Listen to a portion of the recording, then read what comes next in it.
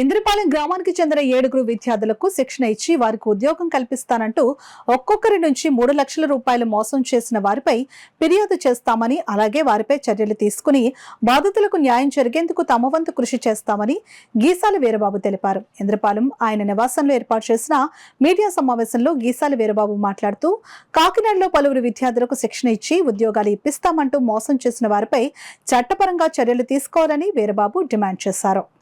నేను తెలంగాణలో ఒక స్టూడెంట్ని. కొప్పుశెట్టి షణ్ముఖ సుదర్శనరాజు దగ్గరికి నేను ఉద్యోగం నిమిత్తం వెళ్ళాను. అతను నా దగ్గర 3 లక్షలు తీసుకుని నన్ను మోసం చేశాడు.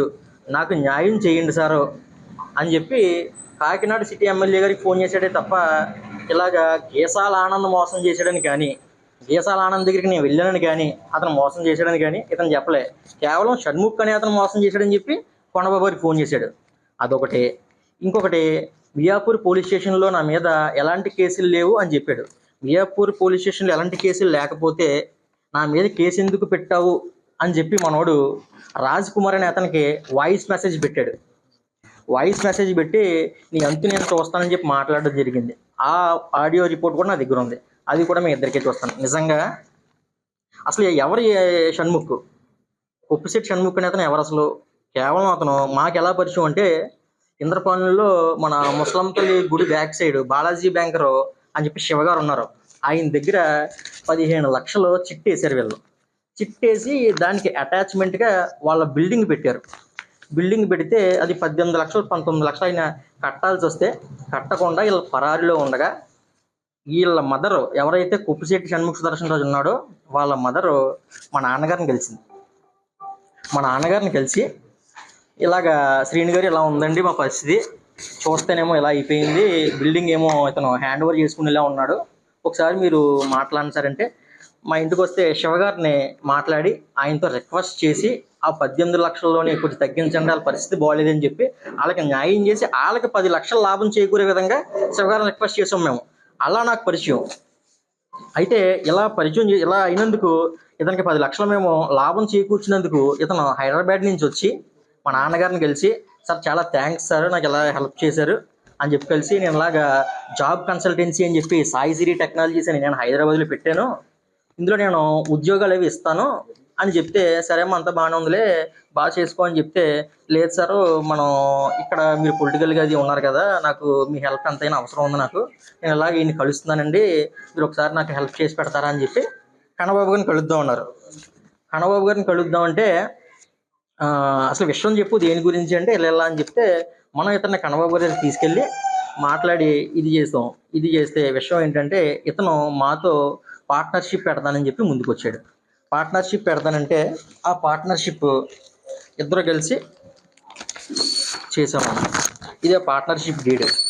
దీన్ని మనం కూడా ఏం చెప్తున్నాడంటే, ఇది మేము చింపేశాము, ఆ ఇంటికి మేము వెళ్తే 8 మందిని లోపల పెట్టి మనుషులతో రెడీగా ఉన్నారు, ఇప్పటికే 8 మందిని మేము చంపేశాము, 9వ వ్యక్తి నువ్వే అవుతావు అని మేము బెదిరించినట్టుగా, ఈ ఆధారాలన్నీ చింపేసినట్టుగా మీ అందరికీ చెప్పి ప్రెస్ని పట్టద్రోవ పట్టించాడు. అసలు ఈ విషయాలు, ఈ ఆఫీస్ విషయాలు కానీ, ఆనంద విషయాలు కానీ ఈ మాట్లాడడానికి ఇదంతా జరిగింది 2 సంవత్సరాల క్రితం. మురళి మా అబ్బాయికి జాబ్ ఇప్పిస్తానన్నాడండి. దగ్గర 3 లక్షల దగ్గర ఇచ్చామండి. జాబ్ ఇప్పిస్తానని తీసుకెళ్ళి ఒక 4 నెలలు ఉంచుకొని తిరిగి పంపించేశారండి. ఇంకా ఏమి జాబు లేదు, ఏమీ లేదండి. పిలుస్తాము ఇంటికి, మేము కంపెనీ నుంచి పిలుస్తాము, అప్పుడు వద్దురు కానీ అందాక ఇంటికి వెళ్ళిపోండి అని అన్నారండి. 5 నెలల వరకు చూసామండి. వస్తారా జీతం లేదు, ఏమీ లేదండి. జీతం ఇస్తామని అన్నారండి, ప్రతి నెలనే జీతం ఇస్తారని చూస్తుంటే జీతం ఇవ్వలేదు, ఏమీ ఇవ్వలేదండి. 5 నెలలు ఇంట్లో ఉన్నాడండి. ఫోన్ చేస్తుంటే మీరు అక్కడే ఉండండి, మీకు లింక్ పంపుతాం, లింక్ పంపాక దాన్ని బట్టి మీరు ప్రొసీడ్ అవుతారు కానీ అని చెప్పేవారండి.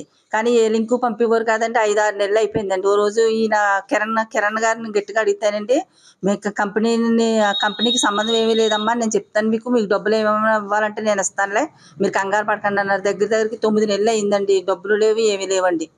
ఆ డబ్బులు అడుగుతున్నప్పుడల్లా ఇస్తాను అంటున్నాడండి. ఇప్పటికి ఏమీ రూపాయి ఇవ్వలేదండి మాకు. జీతం ఒక 5 నెలలు 6 నెలలు జీతం వేసారండి, కన్వాయి ఏమీ ఇవ్వలేదండి. మళ్ళీ మేము షణ్ముఖ్ గారికి డబ్బులు కట్టి ఇలాగ ట్రైనింగ్ ఇచ్చి జాబ్ ఇప్పిస్తాను అన్నారు. కాకపోతే అలాగే జాబ్ ఇప్పించలేదు. సంవత్సరం తర్వాత జాబ్ ఇప్పించారండి.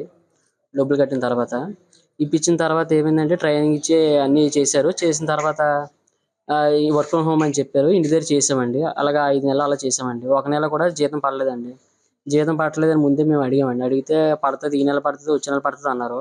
అలాగ జరుగుతుండగానే ఈ లోపు కంపెనీ కూడా మూసేశారండి. మూసిన తర్వాత మేము వెళ్ళి అడిగాం, ఇలాగ మరి కంపెనీ మూసేశారు, మా పరిస్థితి ఏంటి అని చెప్పేసి అంటే ఇచ్చేస్తాం, మీ డబ్బులు మేము అన్నీ సెటిల్ చేస్తామని అన్నారండి. 3వ తేదీ వరకు ఫస్ట్ ఏమో 3వ తేదీ వరకు ఇస్తామని చెప్పేసి అన్నారండి. మొన్న 3వ తేదీకి ఇస్తామని అడిగితే మళ్ళీ ఫోన్ చేస్తే రెస్పాన్స్ లేదండి. ఇంకా ఇస్తాం అంటున్నారే తప్ప వాళ్ళ నుంచి అయితే ఎటువంటి రెస్పాన్స్ కూడా మాకు లేదండి. అయితే ఎంఎన్సీలో జాబ్ ఇప్పిస్తానని చెప్పి నా దగ్గర 50,000 అడ్వాన్స్ తీసుకున్నాడు. అడ్వాన్స్ తీసుకున్న తర్వాత అలా 2 months చూశాను నేను. 2 months చేసిన తర్వాత ఫోన్ చేశాను నేను వాళ్ళకి ఇద్దరికి, షణ్ముఖ్కిని, తర్వాత వాళ్ళ వైఫ్ రేఖ గారికి. చేసిన తర్వాత ఏమో వస్తుంది, మెయిల్ వస్తుంది అలా అని చెప్పి అలా 6 months చేశారు. 6 months చేసిన తర్వాత ఇప్పుడు రీసెంట్గా గిగ్లీజ్ అనే కంపెనీ వచ్చింది కదండి, దానికేమో నీకు వేస్తున్నాము, నువ్వు ఇంకా ఎంఎన్సీకి వెళ్ళలేవు అది అని చెప్పి నాకు అబద్ధాలు చెప్పేసి మొత్తం అంతా గిగ్లీజ్లో నాకు ఆఫర్ లెటర్ ఇప్పించారండి. మొత్తం నాకు వద్దన్నా, నేను ఆఫర్ లెటర్ నాకు వద్దా, కంపెనీ మూసేస్తున్నారు, నేను ఇది అంటే నేను ఉన్నాను కదా నీకు ఎందుకు, నేను అది ఇది అని చెప్పి ఒట్లో వేయించి అందులోకి తోసారన్న. నాకు తోసిన తర్వాత ఇంకా నాకు మన వాళ్ళ ఇంటికి వెళ్ళాను నేను. వెళ్ళిన తర్వాత నాకు ఇలా వద్దన్నా, మరి నాకు ఇలా కంపెనీ మూసారు కదా, నా డబ్బులు నాకు ఇచ్చాను అంటే రేపు ఇస్తాను, నేను ఎల్లుండి ఇస్తాను అది అని చెప్పి అలా తిప్పించుకున్నాను. అలా 1 year అయిందన్న. ఇప్పుడు కూడా అసలు ఫోన్ చేస్తే రెస్పాన్స్ ఇవ్వడు. కనీసం నేను రోజుకి 100 times కాల్ చేస్తా, కనీసం రెస్పాండ్ ఇవ్వడు. మెసేజ్ చేస్తాడంటే వాట్సాప్లో, ఇలా 2 minutesలో వేస్తాను, 5 minutesలో వేస్తాను అని చెప్పి. నేను 3 lakhs పే చేశాను అన్న మొత్తం. ఇలా సోషల్ మీడియాలోని నేను ఇలాగ సాయి శ్రీ టెక్నాలజీ కోసం చూశాను అన్న. చూసిన తర్వాత నాకు ఇలాగ ఇక్కడ మా రిలేటివ్స్ ఉన్నారు, వాళ్ళ ద్వారా వాళ్ళ ఇంటికి వెళ్ళి మొత్తం డిస్కస్ చేసి ఆయనతోనే చేసాం అనమాట. లేదు ఆయన మాకు తెలియదు కూడా వీళ్ళు.